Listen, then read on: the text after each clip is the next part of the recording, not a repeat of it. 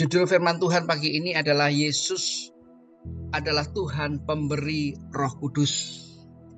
Puji Tuhan, kalau kita punya Tuhan yang dahsyat, kita punya Tuhan yang mati buat dosa kita, Tuhan Yesus yang bangkit dari alam maut dan naik ke surga yang kita peringati kemarin. Kita sungguh menjadi orang yang sangat bahagia, menjadi orang yang hoki, menjadi orang yang beruntung. Kita punya Tuhan sebagai juru selamat yang luar biasa. Pagi ini saya akan berbicara mengenai surat daripada Yohanes dari 14. Yohanes 14 ayat yang ke-16. Bunyi firman Tuhan adalah, Aku akan meminta kepada Bapa dan Ia akan memberikan kepadamu seorang penolong yang lain supaya Ia menyertai kamu selama-lamanya. Puji Tuhan. Kenapa kita perlu disertai? Karena ketika Yesus naik ke surga, kita tidak dibiarkan sebagai yatim piatu, seperti pepatah mengatakan anak ayam kehilangan induk, tetapi kita tetap ada di dalam pengawasan, di dalam tuntunan, di dalam kehendak daripada Tuhan. Ini penting, kenapa? Karena kita sebagai manusia hari-hari ini, ibarat kita ini adalah seorang yang bermain karate atau kungfu. Orang bermain karate atau kungfu itu yang ditekankan adalah kuda-kuda. Yang ditekankan adalah fondasi, yang ditekankan adalah kaki-kaki, yang ditekankan adalah akar yang kuat, supaya kita tidak mudah goyah. Saya hari ini tidak membahas pengajaran sesat, tetapi saya mau beritahukan bahwa hari ini Yesus memberikan kepada kita roh yang ada dalam kita. Untuk apa? Untuk kita semakin beriman, untuk kita semakin hari semakin seperti Yesus. Semakin hari hidup kita menampakkan DNA kita sebagai anak Allah. Tidak gampang memang untuk kita bersaksi sebagai anak Allah, terang dan garam. Ada ayat mengatakan, jangan kamu mendukakan Roh Kudus, jangan kamu mendukakan atau mendustai atau menyangkal Yesus. Tetapi hari-hari ini saya nggak peduli dengan orang yang berpangkat apa, yang bertitel apa, mereka bahkan mengatakan menjual Yesus, bahkan mengaku ada keselamatan di luar Yesus. Ini sesuatu yang patut kita waspadai dan kita sadari sebagai anak-anak Tuhan. Marilah kita membangun kaki-kaki kita di dalam kekristenan, di dalam Yesus semakin kuat, sehingga dari mulut kita mengaku keselamatan hanya ada di dalam Yesus. Dalam satu ayat yang saya baca dalam Kisah Rasul 1 ayat yang ke-8, olehnya kita akan hidup dalam kuasa. Setiap orang mengalami pengurapan Roh Kudus akan menerima kuasa. Inilah yang disebut berkat yang luar biasa, di mana berkat itu anugerahnya tidak dapat diberikan oleh dunia kepada kita orang percaya. Hari ini kalau kita melihat, memang di Indonesia kalau saya pelajari atau di luar negeri yang saya pelajari, setiap gereja yang ada P-nya, Pantekosta, itu selalu menekankan kepada Roh Kudus. Betul. Bapa, Putra, dan Roh Kudus. Ini adalah satu, hakikatnya 3 nama. Tetapi yang sekarang ini mulai dipisah-pisahkan. Ada yang mengatakan bahwa, ini kalau Roh Kudus, salah satu tanda orang dipenuhkan Roh Kudus adalah bahasa lidah, glosolalia. Tetapi ini bukan esensi satu-satunya. Yang lebih penting daripada itu adalah Galatia 5 ayat 20-22 dikatakan, orang kalau sudah dipenuhkan Roh Kudus, itu harus berbuah-buah dalam roh, bukan berbuah-buah dalam daging. Contoh, kalau kita hidup sudah diberikan oleh Tuhan sebagai kepenuhan Roh Kudus, tanda salah satu adalah glosolalia, berbahasa lidah.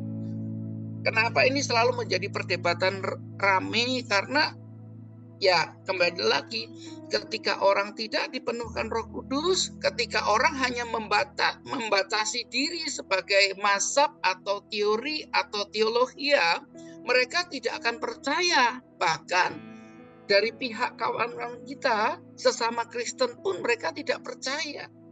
Mereka mengatakan dari 1.000 orang paling 2 Pak yang bisa dipenuhkan Roh Kudus. Ya silahkan, nggak apa-apa. Tetapi kita tetap bersahabat, kita tetap bersatu, kita tetap tidak boleh menjelek-jelekan, kita tetap menerima keberbedaan itu karena daripada mazhab yang ada di sekarang ini.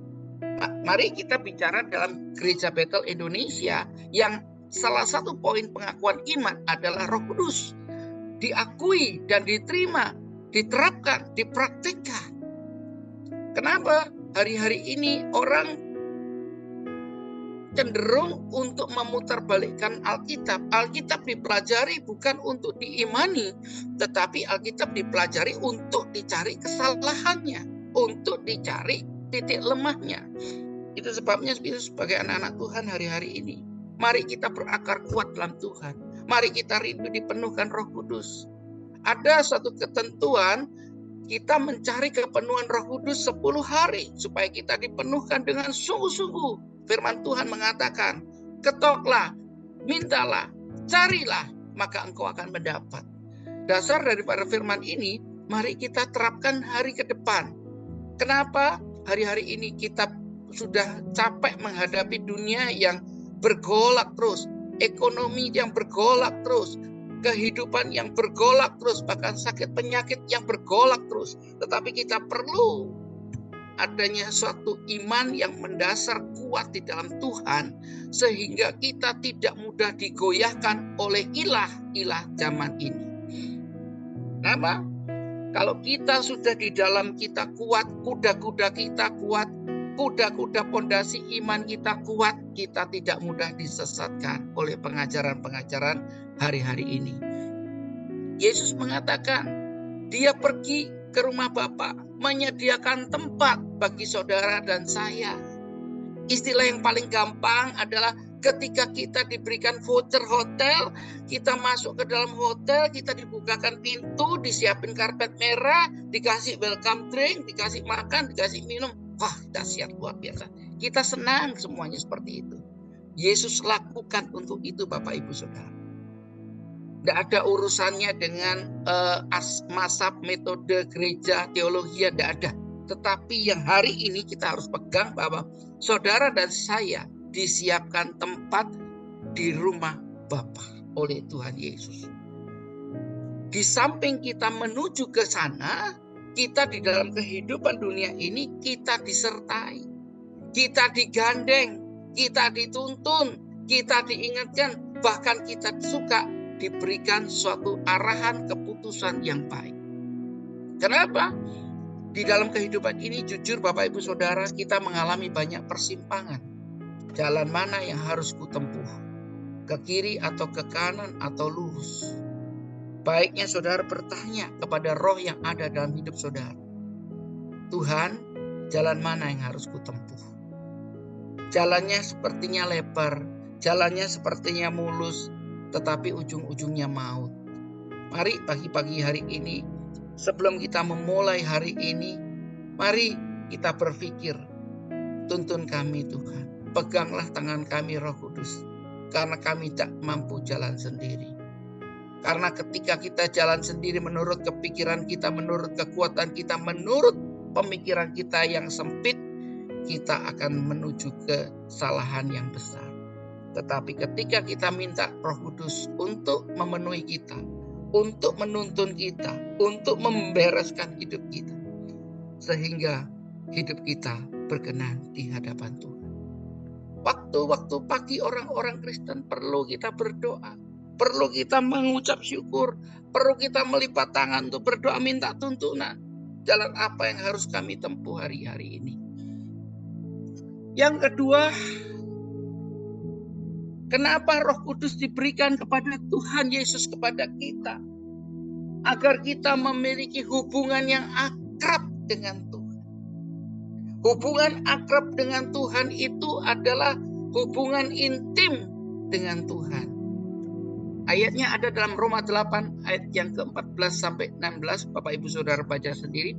Di situ dikatakan bahwa kalau kita mempunyai hubungan yang akrab, intim dengan Tuhan, maka kita tahu destininya Tuhan apa buat hidup kita. Jujur Bapak Ibu Saudara, banyak hari-hari ini orang kehilangan arah, banyak kehilangan destiny, mau-maunya sendiri. Tetapi kalau kita akrab dengan Tuhan, kita tahu untuk apa kita hidup, untuk apa kita diberkati, untuk apa kita dikasih kesehatan, untuk apa kita dikasih sakit, untuk apa kita mengalami percobaan, untuk apa kita ada dalam sebuah gereja. Dikatakan di sini dalam Roma 8 ayat yang ke-14 sampai yang ke-16 dikatakan bahwa semua orang yang dipimpin Roh Allah adalah anak Allah. Sebab kamu tidak menerima roh perbudakan yang membuat kamu takut, tetapi kamu menerima roh yang menjadikan kamu anak Allah. Oleh roh itu kita berseru, ya Aba, ya Bapa. Roh itu bersaksi bersama-sama dengan roh kita bahwa kita adalah anak-anak Allah. Rahasia luar biasa. Hari-hari terakhir kita melihat ada suatu pengakuan daripada seorang konglomerat Indonesia yang bernama Datuk Tahir. Mereka mempunyai anak perempuan dan mereka memiliki waktu masih kecil, mereka sudah punya harta triliunan. Saya analogikan kepada setiap kita. Kita ini anak Allah. Kita ini bukan anak setan. Kita ini bukan anak yang istilahnya anak yang hilang, tapi kita adalah anak Allah. Ingat Bapak Ibu Saudara, di mana Bapak Ibu Saudara ada ditempatkan Tuhan, ada maksud Tuhan dalam hidupmu. Ada maksud Tuhan mengapa engkau diberkati. Ada maksud Tuhan kenapa engkau jadikan pemimpin. Ada maksud Tuhan. Hari-hari ini kalau kita ada dalam perbudakan, kita minta dilepaskan. Bagi Tuhan tidak ada yang mustahil. Bagi Tuhan tidak ada yang sulit. Hari-hari ini mungkin kau anak muda mengalami suatu choice pilihan. Aku harus tinggalkan Tuhan, aku harus memilih pasanganku atau apapun. Hari ini saya mau katakan sebagai hamba Tuhan, pilihlah keselamatan. Jangan pilih dunia. Karena hari-hari ini adalah hari-hari yang jahat. Saudara boleh menikmati harta, boleh menikmati kekayaan, boleh menikmati dari apapun yang saudara kejar. Tetapi kalau keselamatan tidak ada padamu, semuanya adalah nothing. Semuanya adalah sia-sia. Pagi ini saya percaya setiap kita rindu oleh Tuhan dipenuhkan oleh Roh Kudus. Bukan dari aliran Pantekosta saja, tetapi semua anak Tuhan, bahkan seisi dunia. Sehingga kita mampu dan cakap untuk bersaksi dimanapun kita berada. Saya percaya setiap anak Tuhan lidahnya tidak akan keluh. Mulutnya tidak akan berpikir malu, tidak akan berpikir sesuatu yang merugikan diri ketika engkau bersaksi bahwa Yesus adalah Tuhan. Yesus adalah satu-satunya juru selamat. Yesus tidak bisa dipenggal-penggal dan dipotong-potong. Kami percaya bahwa Tuhan datang ke dunia untuk menyelamatkan Bapak Ibu Saudara. Itu sebabnya pagi ini saya hanya berpesan, mari kita dimanapun berada, kita jadi anak Allah yang selalu terang, menjadi terang dan garam, menggarami dunia ini yang perlu kehadiran setiap kita. Marilah kita bersaksi. Kalau kita dalam ikatan, mari kita berdoa dalam nama Yesus supaya ikatan kita dilepas. Sehingga setiap kita layak disebut anak Allah. Firman Tuhan tidak saya panjangkan. Saya percaya setiap kita diberkati oleh Tuhan. Amin. Saya kembalikan ke host, kiranya Tuhan memberkati. Amin.